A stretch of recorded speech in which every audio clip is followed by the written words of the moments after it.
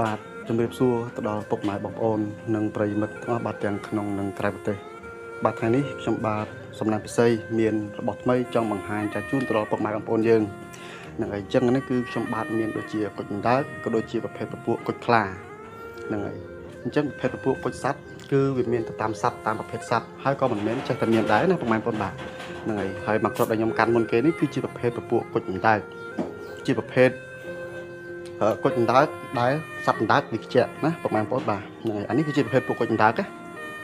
បាទអញ្ចឹងអណ្ដើកនេះបើសិនយើងនិយាយអំពីប្រវត្តិតាដើមទងវាអត់មានប្រវត្តិអីឲ្យវែងឆ្ងាយទេព្រោះរបស់ទៅបានថ្មីដែរទេណាពុកម៉ែបងប្អូនបាទគឺបាន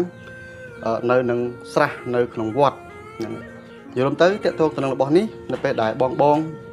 ឬក៏លោកហ្នឹងហើយលោកនេនភិក្ខុហ្នឹងហើយគាត់បាស្រះនៅមាត់ស្រះបាកផ្លោកបាចកអីហ្នឹងគឺបានឃើញគុជអណ្ដើកហ្នឹងបាទវានៅនឹងខ្សាច់បាទអញ្ចឹងបន្ទាប់ពីគាត់បានមកបាទក៏លឺតគ្នារហូតបានមកដល់ខ្ញុំអញ្ចឹងណាបងប្អូនបាទអញ្ចឹងតកតងទៅនឹងគុជអណ្ដើកនេះមួយបាទគុជអណ្ដើកបាទគឺជាប្រភេទពពួកអដ្ឋានមួយអដ្ឋាននៃធម្មជាតិណាហ្នឹងហើយយល់ទៅតកតងទៅនឹងអណ្ដើកបាទគុជអណ្ដើកនេះមួយគឺតំណាងឲ្យភាពយូរអង្វែងតំណាងឲ្យភាពរឹងមាំភាពគង់វង្សបាទហើយសម្រាប់គុជអណ្ដើកនេះផងដែរបើសិនជាពុកម៉ែបងប្អូនស្រឡាញ់ចង់បានបងប្អូននឹងប្រាប់គេថា3មេតកតងទៅនឹងគុជអណ្ដើកណាប្រើជាមួយគុជអណ្ដើកហើយតកតងទៅនឹងគេថាទាំងអស់ហ្នឹងវាមានបើកមានបិទតកតងការរុស្ស៊ីហើយក៏មានខាងបច្ចេកសង្គ្រាមដែរបែបបដូរគាថាណាពុកម៉ែបងប្អូនបាទជារួមទៅគឺការសុទ្ធនឹងខ្លីៗទេប៉ុន្តែគាថាហ្នឹងខ្ញុំសម្រាប់តែបាទបងដែលជាម្ចាស់គុជអណ្ដើកប្រព័ន្ធតកតងទៅនឹងគុជអណ្ដើកនៅពេលដែលខ្ញុំមានគឺបាទគុជអណ្ដើកនេះគេបានប្រាប់ណាញៀនតួអង្គគេបានប្រាប់ឲ្យឃើញតកតងទៅនឹងគាថាហ្នឹងហើយទាំង3មេជាប្រភេទបដូរគាថាខាងរុស្ស៊ីខាងសង្គ្រាមហ្នឹងហើយមានបិទមានបើកណាបងប្អូនបាទហ្នឹងតកតងទៅនឹងគុជអណ្ដើកហើយពណ៌ស្អាតណាបងប្អូនបាទពណ៌ស្អាត Sin original ណាអត់មានធ្វើមានអីណាយល់ទៅគ្រាន់តែមើលប៉ុណ្្នឹងបងប្អូនដឹងបាក់មើលនេះបាទនេះខាងលើបាទនេះខាងលើហើយបើខាងក្រោមគេវិញដូចយល់ទៅរបស់ដែលវានៅបាទហើយវានៅដីវានៅនឹងធម្មជាតិទៅវាទៅជាពណ៌បែបហ្នឹងបងប្អូនបាទហ្នឹងហើយវាមានគ្រើមមានថ្លាណាបងប្អូនបាទ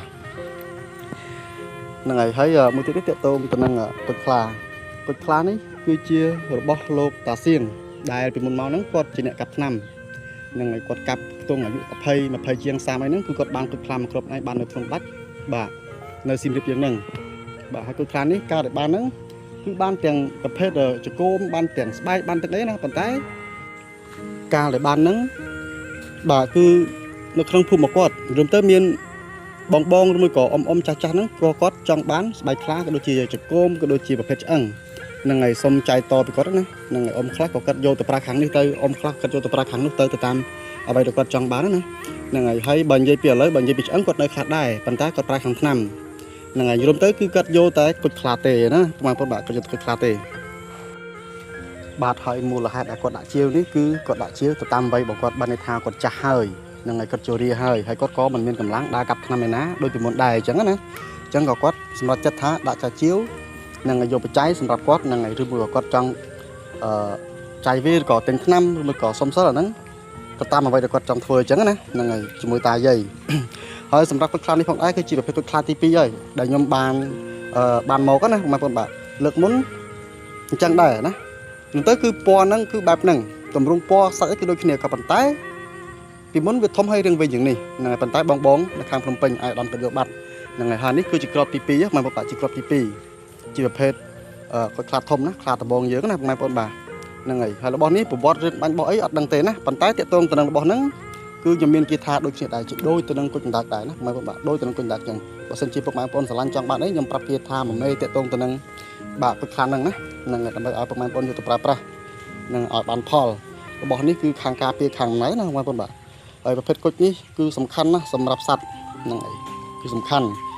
ណាសំខាន់ជាងខ្ញុំអត់លើកខាងណាទៅខាងណីទេអត់លើកថាខ្លាំងជាគោទេប៉ុន្តែប្រភេទពួកចេះតលតែមានញៀនកាន់ណាបងប្អូនបាទតើមានតួអង្គកាន់មានញៀនកាន់បានវាមានរបស់ចិញ្ចឹមអញ្ចឹងណាបងប្អូនបាទហ្នឹងអញ្ចឹងតើតទៅនឹងវីដេអូនេះគឺខ្ញុំបាទមានតែប៉ុណ្្នឹងទេណាបងប្អូនបាទសូមអរគុណបាទសូមជម្រាបលាបាទ